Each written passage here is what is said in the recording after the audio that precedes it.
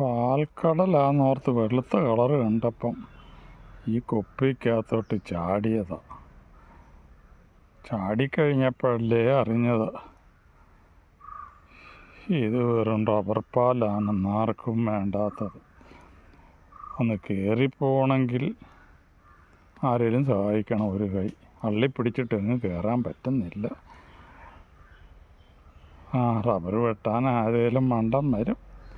അവൻ വന്ന് ഇത് കുടയുമ്പം ചെടുത്ത് ചാടി പോകാം.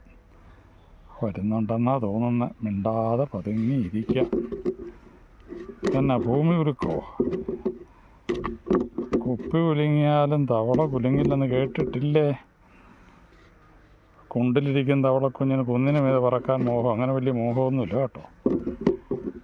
നിങ്ങൾ വഴിഞ്ചൊല്ലൊന്നും പറഞ്ഞ എന്നെ ഒന്നും വരട്ടാൻ നോക്കണ്ട.